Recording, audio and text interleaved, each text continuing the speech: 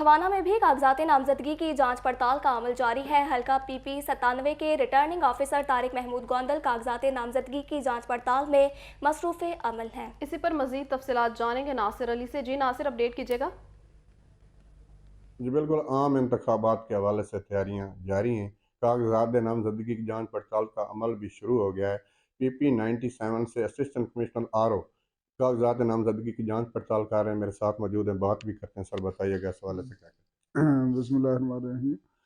हमारा जो कागजात की जांच पड़ताल का मरहला था वो चल रहा है। अब तक हम तकरीबन 19 लोगों के कागजात की जांच पड़ताल कर रहे हैं।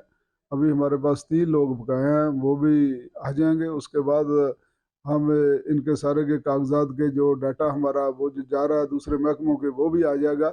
और हफ्ते तक 30 तारीख को हम इन तमाम की जो लिस्ट है मंजूर और नामंजूर की, वो अपने दफ्तर के बाहर अवेजा कर देंगे। उसके बाद इनका मरहला शुरू होगा अपीलों का। जो लोग अपील में जाना चाहें, मेरे पास आना चाहें 30 तक, वो भी आ सकते हैं किसी के खिलाफ।